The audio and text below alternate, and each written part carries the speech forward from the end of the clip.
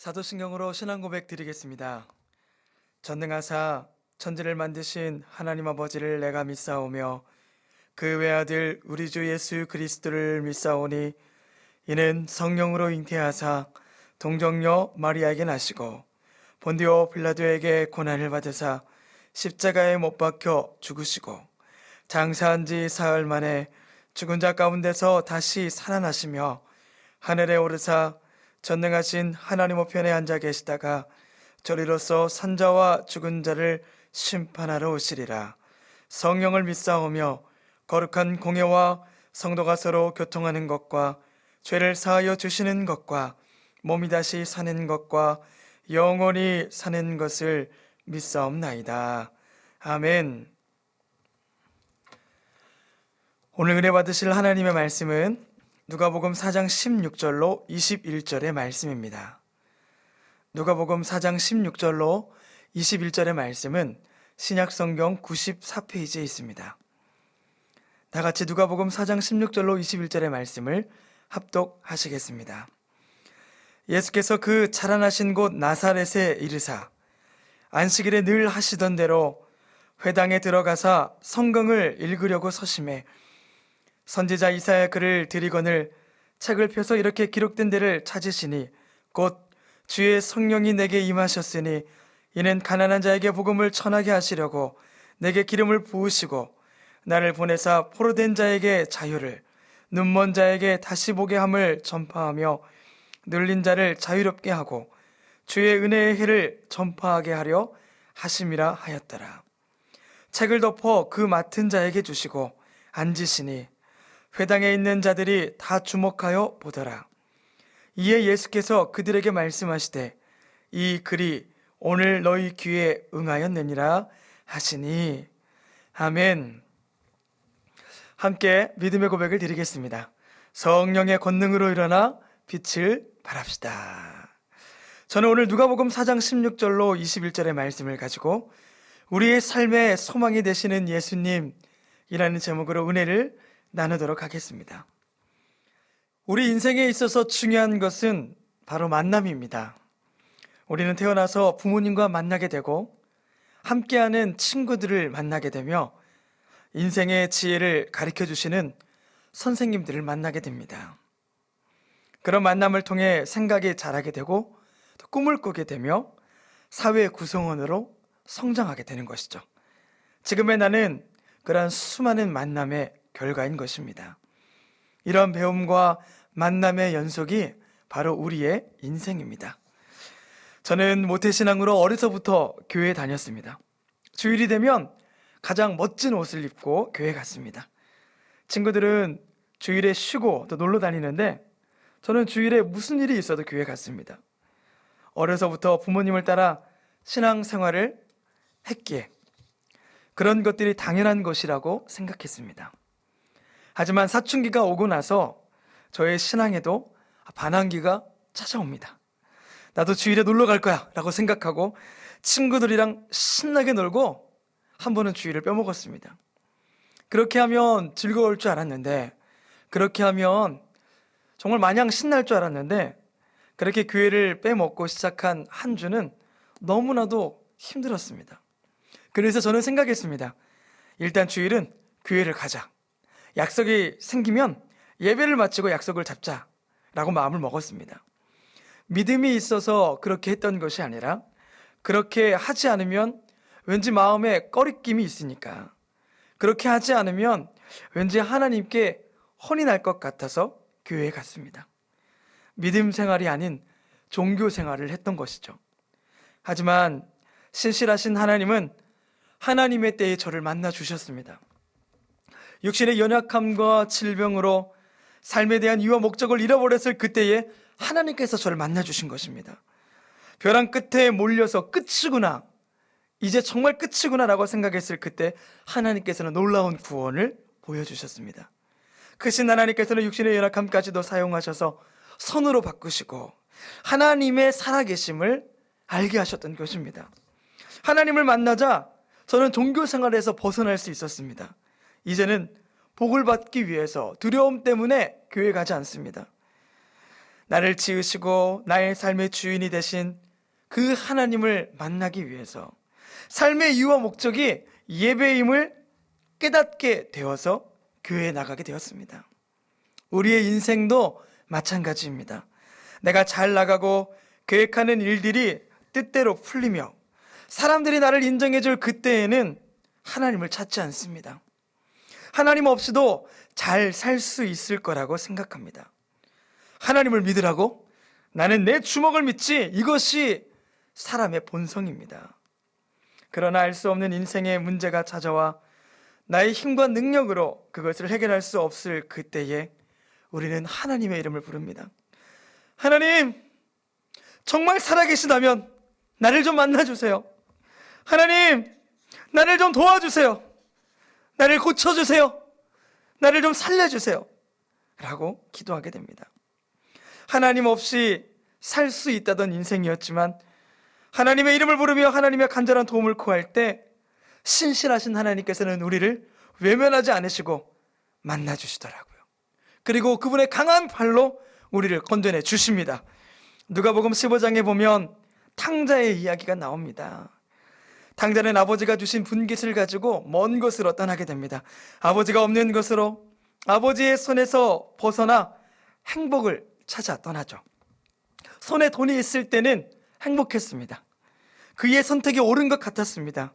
그러나 모든 것을 다 탕진하고 당장 먹을 것을 염려해야 할 상황에 처하자 그는 아버지를 떠올리게 됩니다.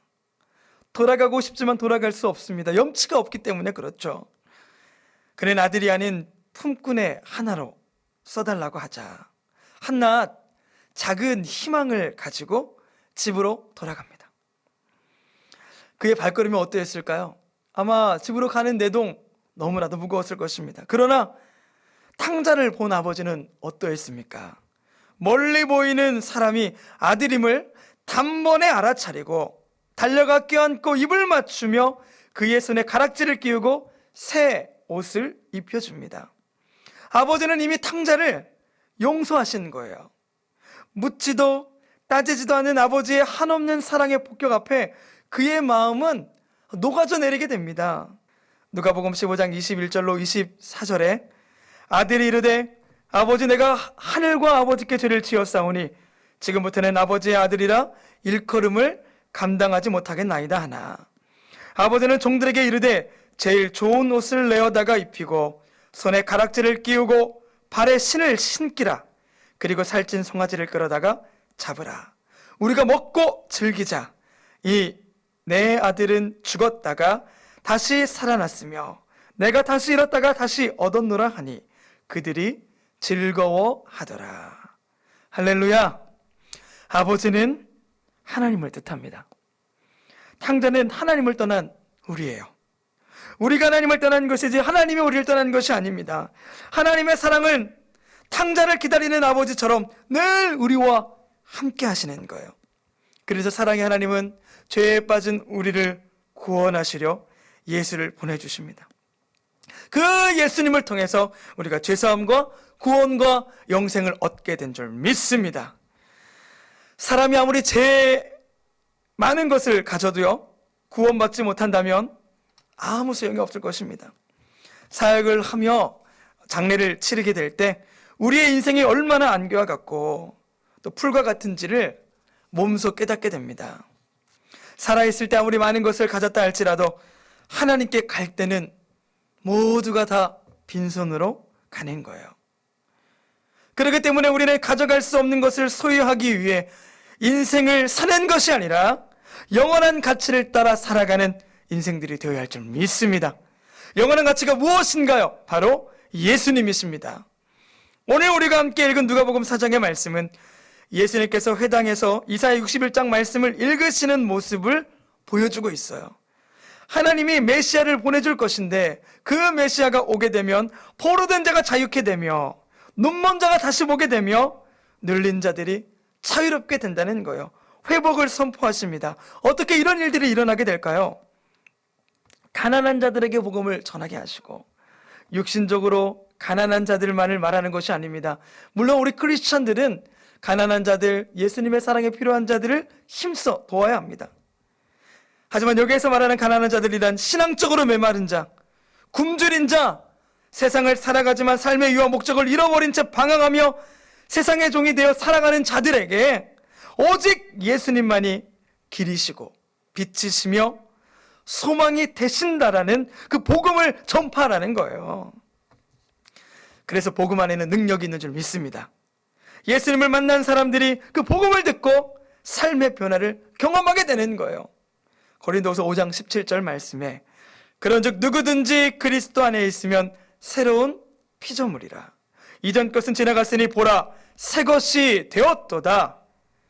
세상을 벗삼아 세상의 기준과 또 세상이 요구하는 성공을 쫓아 살아가던 사람들이 이제는 눈을 떠서 영원한 가치인 예수님을 위해 살게 되는 거예요. 우리가 그토록 쫓던 행복이 바로 예수님이시구나. 예수님을 만날 때, 또 예수님 앞에 나와 예배를 드릴 때 내 마음 가운데 주님이 주시는 기쁨과 참된 행복이 솟아나는구나. 나의 인생이 형통하게 되는구나. 깨닫게 되는 줄 믿습니다.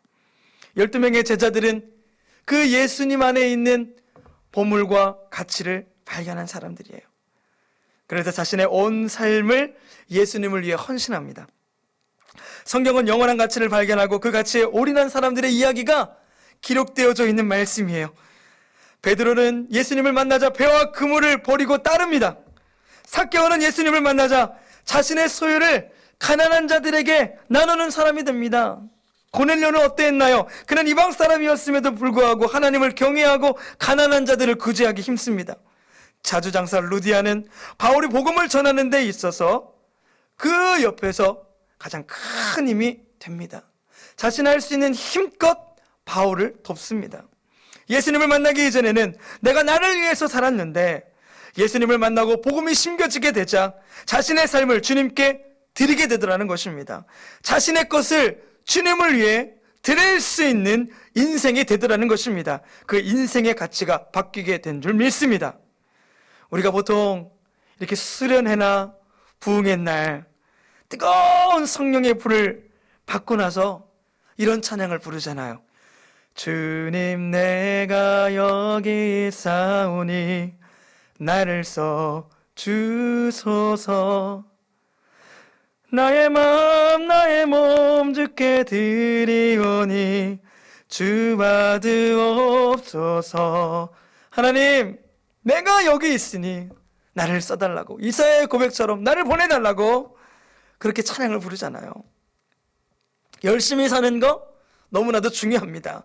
그러나 열심보다 더 중요한 것이 있는데 그것은 바로 우리의 인생의 방향이에요. 우리의 인생의 올바른 방향은 오직 예수님이신 줄 믿습니다. 성경을 오해하고 그릇된 방향으로 가게 되면요 어떻게 될까요? 예수님 당시 사람들은 예수님의 등장에 환호합니다. 예수님이 행하시는 기적을 보면서 예수님이 이제 자신들을 로마의 압제에서 해방시켜 주실 것이라 그들은 굳게 믿었습니다. 예수님은 사람들의 열렬한 환호 속에서 예루살렘 성에 입성하십니다. 그러나 예수님은 로마의 압제에서 해방이 아닌 죄 가운데에서 구원을 위해 이 땅에 오셨습니다. 나의 생각과 하나님의 생각이 다르자 사람들은 180도 바뀌게 됩니다. 등을 돌려 예수님을 향한 열렬한 환호성은 이제 예수님을 십자가에 못 박으라는 그들의 절규와 아우성으로 바뀌게 되더라는 거예요. 신앙생활을 하면서 믿음이라는 것이 얼마나 중요한가를 보게 됩니다. 신앙생활을 하면서 바른 것을 믿는 그 방향이 얼마나 중요한지를 깨닫게 됩니다. 여러분, 사람이 어떻게 믿음이 생기게 될까요? 어떤 분들은 그렇게 이야기해요. 한번 보여줘 보세요. 한번 날 이해시켜 보세요. 기적을 보면 믿음이 생긴다라고 이야기해요. 근데 정말 기적을 보면 믿음이 생길까요? 초자연적인 현상을 경험하면 우리의 믿음도 커질까요? 우리는 문제와 질병 앞에서 하나님께서 이 문제만 해결해 주시고 나의 질병을 고쳐주시면 내가 온 마음을 다해 하나님을 섬기겠다라고 다짐합니다. 그러나 많은 경우에 고침받고 치유받았다고 해서 그 사람의 믿음이 성장하고 신앙이 뜨거워지느냐? 그렇지 않은 것들을 저는 수없이 보았습니다. 우리 역시도 그것을 잘 압니다. 왜냐하면 우리 모두가 하나님 앞에 그런 기도를 드려봤기 때문에 그렇죠. 믿음은 오직 그리스도의 말씀을 들음으로 성장하게 되는 줄 믿습니다. 하나님의 말씀을 가까이 하고 그것을 밤낮으로 읽고 또 묵상하고 암송하며 또 기록할 때 우리의 신앙이 성장하게 되는 것입니다. 이 마지막 때에 우리의 올바른 신앙을 돕고 또 우리에게 올바른 방향을 제시해주는 교회를 만난다는 것은 얼마나 큰 축복인지 몰라요.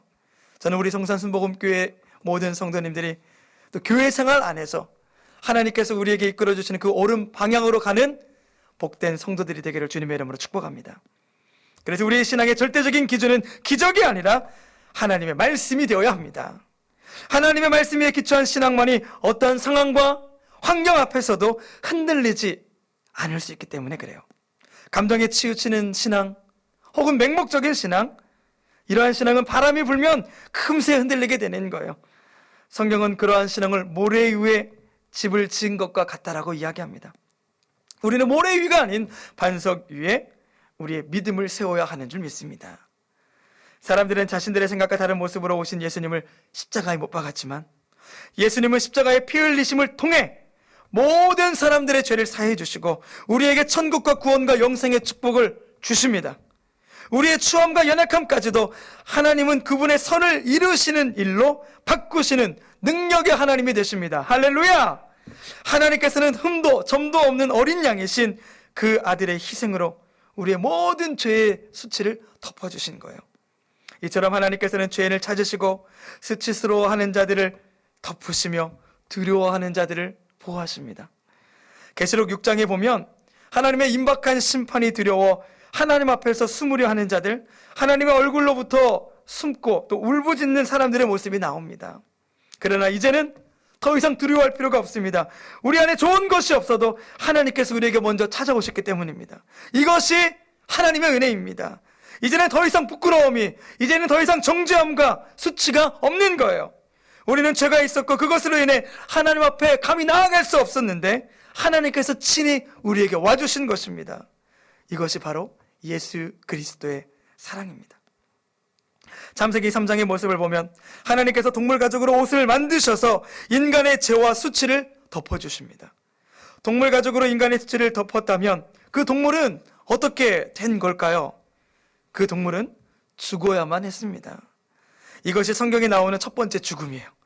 이것을 보여줌으로 하나님께서는 언젠가 그 아들 예수를 희생제물로 보낼 계획을 우리에게 알게 하신 것입니다.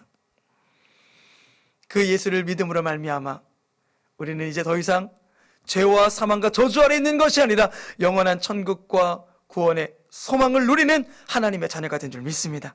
계시록 22장 3절로 5절에 다시 저주가 없으며 하나님과 그 어린 양의 보좌가 그 가운데 있으리니 그의 종들이 그를 섬기며 그의 얼굴을 볼 터이요 그의 이름도 그들의 이마에 있으리라.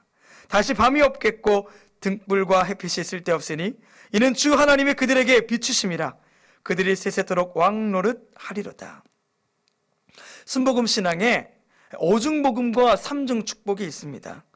오중복음은 중생의 복음과 또 성령 충만의 복음, 또 신유의 복음, 축복의 복음, 그리고 재림의 복음을 의미합니다.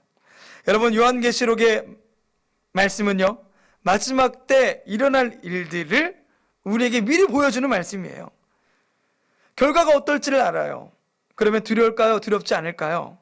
두렵지 않은 거예요.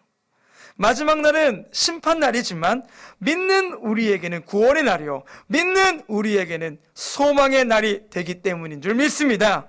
이것이 우리의 소망인 거예요. 예수님이 오시는 그날 저주도 아픔도 사라지게 될 것입니다. 그것에는 오직 주님이 주시는 치유와 자유함과 찬양만이 가득할 것입니다. 하나님의 임재 아래에서 그분의 얼굴을 보며 더 이상 두려워하는 것이 아니라 그분이 우리에게 주시는 그 은혜를 맛보며 누리며 우리 모두는 기뻐할 것입니다. 오늘 혹시 환경의 문제 가운데 낙심하는 성도님들이 계십니까? 믿는 자들의 소망이 되시는 예수 그리스도를 바라보시기 바랍니다. 취업을 놓고 기도하는 우리의 자녀들이 있습니까? 하나님께서 취업의 문을 열어주실 것입니다. 부모님과 또 친구와의, 형제와의 관계 회복을 놓고 기도하는 자들, 육신의 연약함 때문에, 질병의 치유 때문에 힘들어하고 어려워하는 분들이 계십니까? 모든 믿는 자들에게 구원이 되시는, 우리의 삶의 소망이시며 반석이 되시는 예수님께서 이 시간 드리는 우리의 기도와 간구를 응답하시며 그분의 강한 팔로 우리를 건져내 주실 줄 믿습니다. 예수님만이 우리의 유일한 소망이십니다. 예수님만이 우리의 삶에 참된 빛이 되어주십니다. 그래서 예수님을 알고 예수님을 믿고 예수님을 뜨겁게 사랑하며 그분을 온 마음을 다해 예배하면 이 세상의 모든 아픔과 슬픔을 또 문제를 이길 수 있는 힘과 능력을 주님께서 주시는 것입니다. 또한 하나님의 어린 양이시고 또 하나님의 아들이시며 이 세상의 구원자이신 예수님께서 찬양을 받으시는 줄 믿습니다. 우리의 삶이 하나님 앞에 드리는 찬양의 산제사가 되기를 주님의 이름으로 축복합니다. 성탄절은 우리에게 이런 놀라운 일을 행하신 그 예수님이 오신 것을 기뻐하는 날입니다. 비록 이번에 전염병으로 인해서 우리가 28일까지 모든 예배가 온라인으로 드려지게 되는, 또 성탄의 예배까지도 온라인으로 드릴 수밖에 없는 초유의 사태를 경험하고 있지만 하나님께서는 이러한 상황 속에서도 일하시는 하나님이신 줄 믿습니다. 우리의 기도를 통해 하나님의 일하심과 하나님의 구원하심이 나타나게 될 것입니다. 어두움 가운데 빛은 더 빛을 발하게 됩니다. 아무리 칠흑 같은 어두운 곳이라도 빛이 비춰지게 되면 그 순간 어두움은 사라지게 되는 거예요. 앞이 보이지 않는 세상, 또 앞이 보이지 않는 문제, 앞이 보이지 않는 모든 인생들에게 예수님은 빛이 되어주시고 또 구원이 되어주시는 줄 믿습니다. 우리는 빛과 구원이 되시는 예수님을 전해야 하는 사명을 받은 사람들입니다. 소망이 없고 빛도 없는 이 세상에 예수님의 빛을 전하러 오셨던 것처럼 이제는 우리가 구원의 빛을 들고 나아가 그 예수 그리스도의 사랑을 전하는 자들이 되기를 주님의 이름으로 소망합니다. 이 전염병 또한 지나가게 될 것입니다. 이럴 때일수록 우리는 하나님의 신실하심을 믿고 바라보며 기도해야 할 줄 믿습니다. 나라와 민족을 위해, 또 교회와 가정을 위해서, 또 직장과 학교에 하나님의 나라가 선포되어지고 다음 세대들이 나보다 더 큰 믿음을 가지도록 우리는 힘써 기도해야 할 줄 믿습니다. 하나님께서 분명 각자의 처소와 골방에서 드리는 우리의 기도와 간구를 응답하시며 우리의 기도를 통해 일하실 것입니다. 이 시간 하나님 앞에 믿음을 달라고 복음의 능력을 맛보며 복음을 살아내는 믿음의 가정, 우리 성산순복음교회 우리 모든 믿음의 성도님들이 되달라고 우리 함께 기도하겠습니다. 살아계신 하나님, 어둠 가운데 빛으로 세상의 소망이 되시는 주님을 찬양합니다. 우리 모두는 지금 한 번도 경험하지 못한 전염병으로 인해 일상이 마비되고 모두가 힘든 시간을 보내고 있습니다. 그러나 신실하신 하나님께서는 지금도 살아 역사하고 계심을 믿습니다. 우리를 사랑하셔서 이 땅에 독생자 예수님을 보내주시고 믿는 모든 자에게 구원과 영생을 주신 하나님 감사합니다. 죽음에서 나를 살리신 그 사랑을 이제는 나도 전하게 하여 주시옵소서. 나의 가족에게, 나의 이웃에게 예수님의 사랑을 전하는 예배자들이 되게 하여 주시옵소서. 감사드리며 이 모든 말씀을 사랑이 많으신 예수님의 이름으로 기도드립니다. 아멘. 우리 열방의 소망 되시고 우리 성도님들의 소망 되시고 우리의 빛과 소망 되신 주님을 찬양합니다. 예수 열방의 소망, 예수 우리의 위로자, 주는 온 땅에 영원한 한 번 더 예수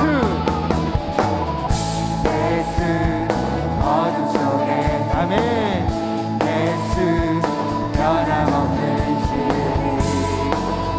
주는 온 땅에 빛이네 우리를 위해 죽으시고 우리를 위해 죽으시고 다시 사신 생명의 주 주님만이 소망이요 변함없는 반석이라 주님만이 온 세상을 비추소 죽음에서 부활하신 주님을 찬양합니다. 아멘. 우리 구주 영광의 왕 주를 믿는 모든 자의 소망 주를 믿는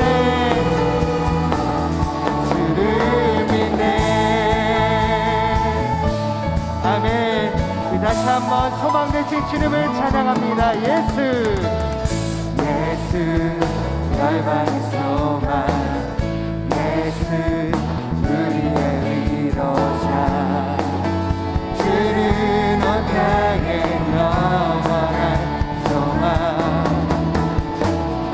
예수 어둠 속에 예수 변함없는 진리 변함없는 진리 주는 온 땅에 빛이 되시네 우리 위해 죽으시고 다시 우리 한 번 더 우리 위해 다시 사실 주님 높임을 받으셔서 아멘 주님만이 소망이요 변함없는 반석이라 주님만이 온 세상을 비추 또 죽음에서 구원하신 또 죽음에서 구원하신 주님의 주 모든 자들에게 아멘 한 번 더 주님만이 소망이요 변함없는 반석이라 주님만이 온 세상을 비추시네 또 죽음에서 우리 주님을 찬양합니다.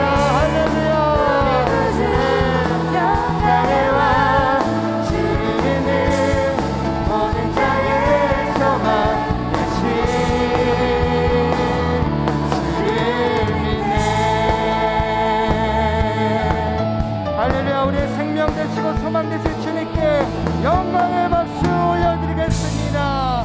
할렐루야 생명 되신 주님을 찬양합니다. 열방의 소망 되신 주님을 찬양합니다. 아멘. 이 시간에 주신 말씀을 생각하면서 우리 주님의 이름 성호 3번 부르짖고 우리 통성으로 기도하겠습니다. 주여